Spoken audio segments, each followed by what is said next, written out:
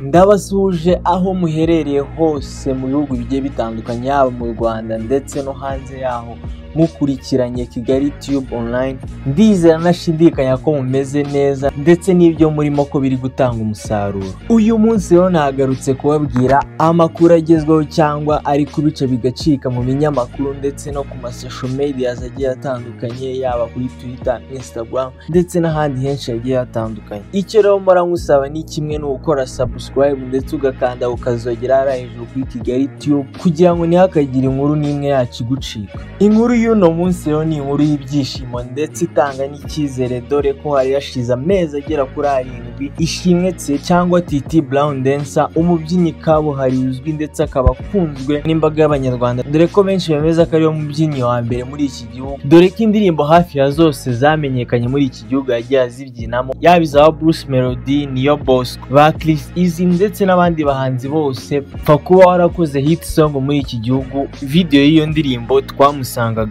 nubwo yari umusitari ndetse anakunzwe bigeze aho ngaho hari haciye igihe kinini tutamubona kuri kamera kubera icyaha cy'uko ko yakoze ndetse akaba ari nacyo cyatumaga ari muri gereza icyo gihe cyose. Icyo cyaha rero nta kindi nuko ashinjwa kuba yarasambanyije umwana w'umwanda age cyangwa utari wuzuye imyaka bivuga ko yari afite imyaka 17 gusa. Muri interview yakoresheje ari hari imageragere akaba ari nayo tujya kugarukaho muri ino video. TITI Briane yasobanuye uko abayeho hariya avuga kuri case yiwe cyangwa ibyaha aregwaho bigeze biburanishwa anasobanura neza ibyo amaze kwigira muri gereza cyangwa nk'umustar uko yisanisha n'abandi hari imageragere n'ibindi byose waba uri kwibaza kuri TITI Briane. Reba ino video kandi uyirangize byose uraza kubisubizwa. Let's go.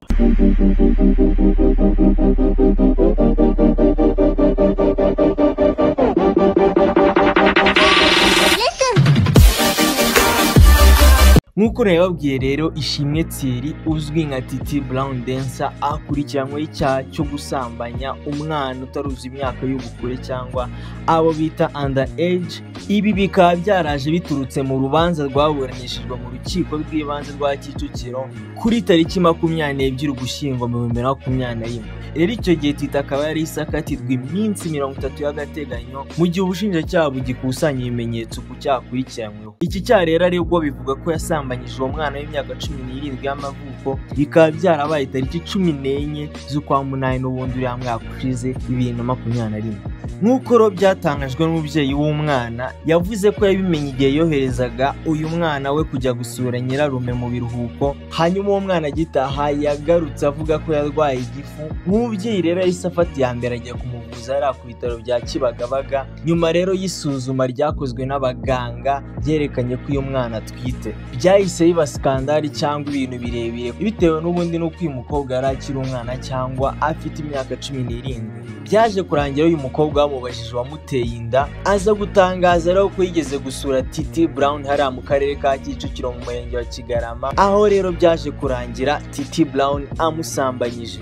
Ntibyatinze rero yunguye TITI Brown yahise agezwe imbere y'urukiko aho mwiburana yahise ahakana yivuye inyuma iki cyaha cyakora yemera ko yahuye n'uno mukobwa ariko yibanda cyane ko uyu mwana w'imyaka 17 atigeze yinjira mu nzu yiwe. Mu magambo ye yarageze ati yego uyu mukobwa turaziranye ndetse yaje no kundeba ariko nigeze akandagira mu nzu yanjye. Abunganira rero yunguye TITI Brown mu mategeko harimo Maître Uhuru P Celestin ndetse n'umumararungu Priscilla babwira urukiko ko nta mpamvu yo gufunga TITI Brown ahubwo ko bagomba kumurekura akaburanishwa ari iwabo. Ntibyaje kuborohera dore ko ku ruhande rw'ubushinjacyaha berekanye raporo ya muganga igaragaza ko uyu mukobwa yasambanyijwe kuko yapimwe bagasanga atwite. Bitewe rero n'uko uyu mukobwa yari umwana cyangwa ataragize imyaka y'ubukure byaje kurangira asabwe gukuramo inda nk'uko amategeko abyemera. Ariko mbere y'uko iyo nda bayikuramo hafashwe ibimenyetso ndetse n'ibizamini hanyuma biza guhuzwa n'ibya TITI Brown kugira ngo barebe cyangwa hemezwe niba ari we wamuteye inda hanyuma bahitamenya nimba icyaha cyarakozwe n'uno mubyinnyi. Nyuma rero y'ibyo byose ndetse n'impande zose zimaje kwerekana ibimenyetso bishinja cyangwa bishinjura umucamanza mukuru yemeje ko ari impamvu zikomeye kandi zihagije zituma TITI Brown akekaho gusambanya uwo mwana kuburana, hanyuma urubanza ruhita rwanzura ko uyu musore afungwa by'agateganyo iminsi igera muri 30 hari imageragere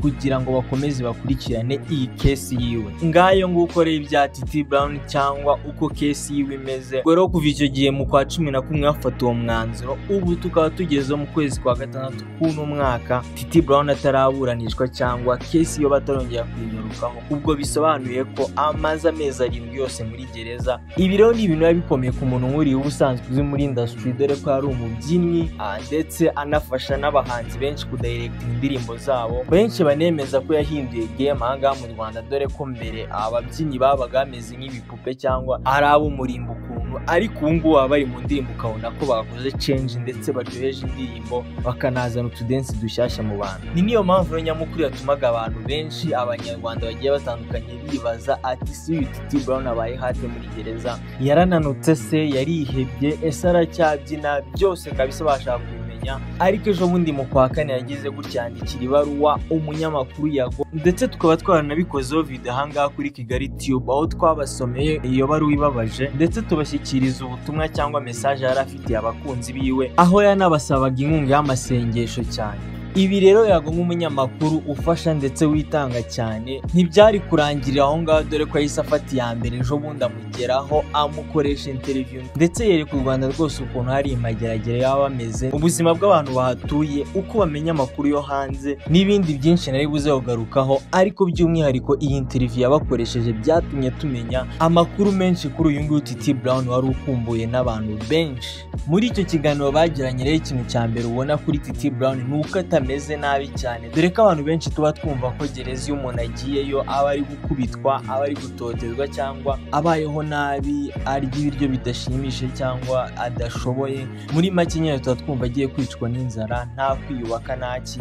Rero ukibona Titi Brown uhita ubona ko nta birenze cyane, ahubwo uko yagiye angana kabisa muri shape cyangwa mu ngano niko akingana na n'ubu ngubu. Ikindi rero cyashimishije abantu benshi ni ukuntu uyu nguyu Titi Brown atihebye, ahubwo agifite crew cyangwa gifite abantu bagikora ibintu by'ububyinnyi nk'abasore barenga 3 kabisa, ubona babyina ibintu biri moderne n'ubundi nk'ibyakoraga atarajya muri gereza imageragere. Nkuko rero yabitangaje avuze ko bitamworoheye akihagera, dore ko akigera ari imageragere yabanje kwiheba ndetse no kwitekereza kumva ntibishoboka, akavuga ko byamutwaye nk'ukwezi cyangwa amezi 2 ahita afata umwanzuro aravuga ati nta mpamvu yo gukomeza kwirya ku bantu cyangwa kutabafasha, ahita yegera iyo crew n'ubundi cyangwa ako gatsinda k'abasore bahora babyina abongeramo imbaraga, dore ko ari umubyinnyi mwiza. Ubu ngubu akaba bajya bataramira izindi mfungwa cyangwa abayobozi iyo baje kubasura, ndetse bikaba binamufasha kuruhuka, dore ko kubyina biri mu bintu bimushimisha ndetse binamuruhura mu mutwe. Si ibyo bikorwa byonyine akora, dore ko yanatangaje ko akina football yo ku rwego rwo hejuru mu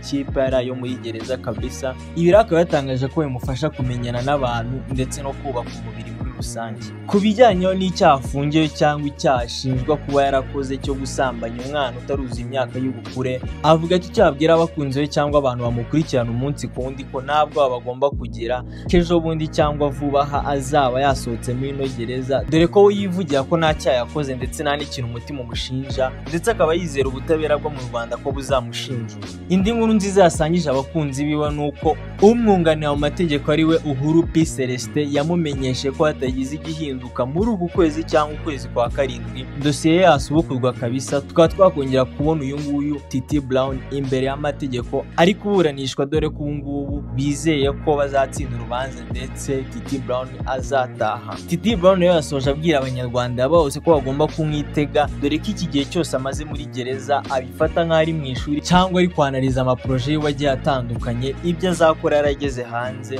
ndetse n'ibyamwubaka nk'umuntu, kuko ashimangira avuga ko gereza yamufashije cyane kwiga ibintu byinshi ndetse no kwiyakira nk'umuntu akitekerezaho icyo akeneye mu buzima ndetse n'uko yahindura imyitwarire cyangwa ibyo yabagamo. Ubwo kugaruka azaba agarutse ari nk'umuntu mushyashya uzi icyo ashaka kuri iyi si ndetse witeguye guhindura game cyangwa ibikorwa muri industry nyarwanda. Ni nahanga rero nsoreje video y'ino munsi, twifuriza amahirwe masa uyu nguyu Titi Brown ndetse akomeze yubake gake gake ari muri gereza mu gihe agitegereje gukurikira umwanzuro w'urukiko muri uku kwezi cyangwa ukundi kwezi kuzaza, mboneraho no kugira inama abantu cyangwa urubyiruko muri rusange kugira ngo bagendere kure ikintu cyose cyabageza muri gereza cyangwa ibikorwa bibi byose leta itemera, dore ko nubwo Titi Briane we twaba tubonye ko ashoboye cyangwa yiteje imbere hariya muri gereza, ariko si buri wese ubishoboye. Wowe cyangwa njyewe dushobora kugeraho bikatunanira ndetse tukumva twanakiyahura kubera ubuzima bwabo buba bugoranye. Rero kwirinda ibyo byose nicyo cya mbere kugira ngo dukomeze tubyaze umusaruro amahirwe iki gihugu kiduhereza ndetse dukomeze no kwiteza imbere. Amakuru yaragezweho cyangwa ari gutrendinga muri iki gihugu ni akagaruka ahangaha kuri Kigali Tube. Mwibutsa gukora subscribe nimba uri mushyashya kuri ino channel, ukomentinga igitekerezo cyawe ndetse usharinga ino video nimba ubona bikenewe.